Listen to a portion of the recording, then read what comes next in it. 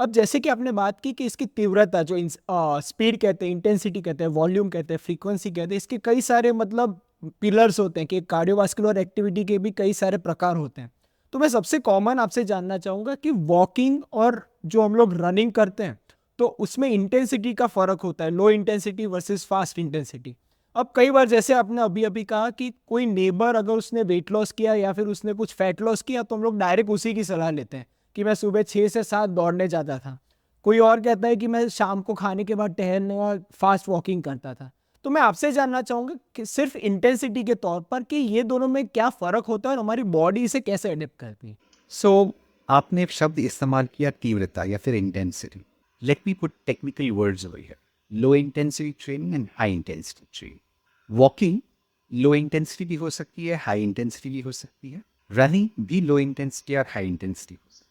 Next point, low intensity बेहतर है या हाई इंटेंसिटी बेहतर है, या लो इंटेंसिटी खराब है या हाई इंटेंसिटी खराब है, ऐसा नहीं होता।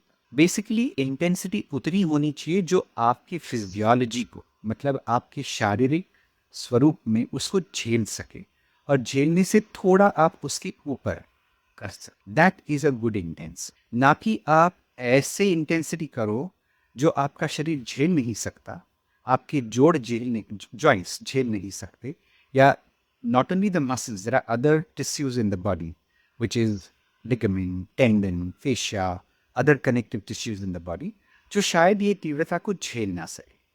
What I would call as too much too soon।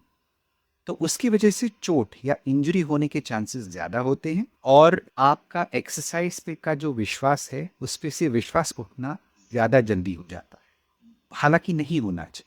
The next point is I would like to think that I should draw everybody's attention is, लोगों को ये लगता है बहुत तीव्रता से कसरत करना ही कसरत होता है। अगर हम आम आदमी को पूछें कि कसरत माने आपके दिमाग में कौन सी छवि आती है, या फिर कौन सा छायाचित्र, या फिर कौन सा पिक्चर आता है, तो लोग यही बताएंगे कि आप ट्रेडमिल पे जोर से भाग रहे हैं, या फिर बड़े वजन को उठा के फिरते हैं। ऐसे सब छाया या फिर ऐसे सब पिक्चर्स आते हैं। कसरत इतनी कॉम्प्लिकेटेड और इतनी भयानक नहीं है, और होना भी नहीं चाहिए। आप अपने शरीर से कितना कर सकते हैं, कितना पेल सकते हैं, ओके। हालांकि ये करेक्ट वर्ड नहीं है, लेकिन आज हम एक जनरल पॉपुलेशन को हम डायरेक्ट करें तो ये शब्द लेना थोड़ा शायद जायज होगा। Do it only as much as you can.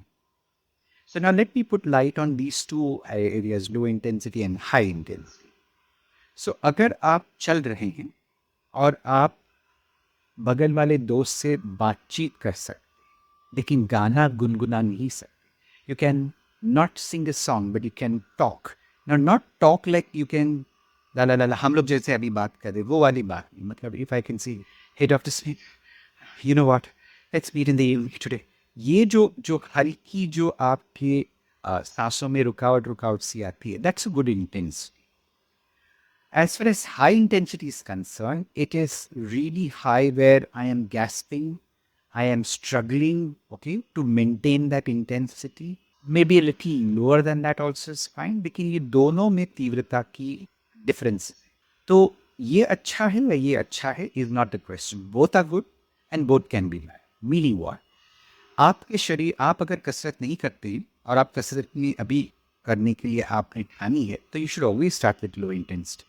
क्योंकि बात सिर्फ कैलोरी बर्निंग या मोटापा हटाने की नहीं है, आपके शरीर में बहुत सारी चीज़ें एडजस्ट होती हैं उस तीव्रता पे। वो एडजस्टमेंट होने के लिए आपको अलाउ दे, you have to give time for it, which is what we call as adaptation, मतलब आदी होना। जब वो आदी होता है तब जाके आप धीरे धीरे धीरे धीरे धीरे करके आप इंटेंसिटी बढ़ा सकते हैं। शायद आपका नेक्स्ट सवाल ये होगा कि कैसे समझेंगे हम कि हम हाई इंटेंसिटी की रेडी हैं या नहीं।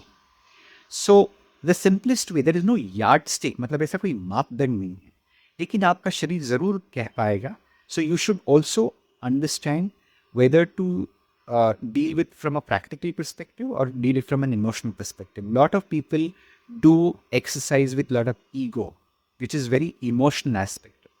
But you should treat it with a very very scientific and a practical perspective. हम इतना कर सकते हैं, हम इतना ही करेंगे, और धीरे धीरे करके वो मापदंड आगे बढ़ता जाए। Some people do lower intensities for 6 months, 7 months, 8 months, and then they get into a high intensity. I think that's a very good way of doing it. हालांकि हम ये नहीं बोल रहे कि हाई इंटेंसिटी गलत है, हम ये बोल रहे हैं कि हाई इंटेंसिटी शुरुआत में झेलने के लिए शरीर के लिए बहुत दिक्कत हो. आई वुड से एक 6 to 7 months of good aerobic training या फिर cardiovascular training of a low intensity would be a good base before you start hitting into a high intensity training. दोस्तों ये वीडियो अगर आपको वैल्यूएबल लगा तो इसे लाइक कर अपने सारे दोस्तों से इसे शेयर कीजिएगा. इस चैनल को सब्सक्राइब तो आप कर ही लेंगे. चलिए मिलते हैं.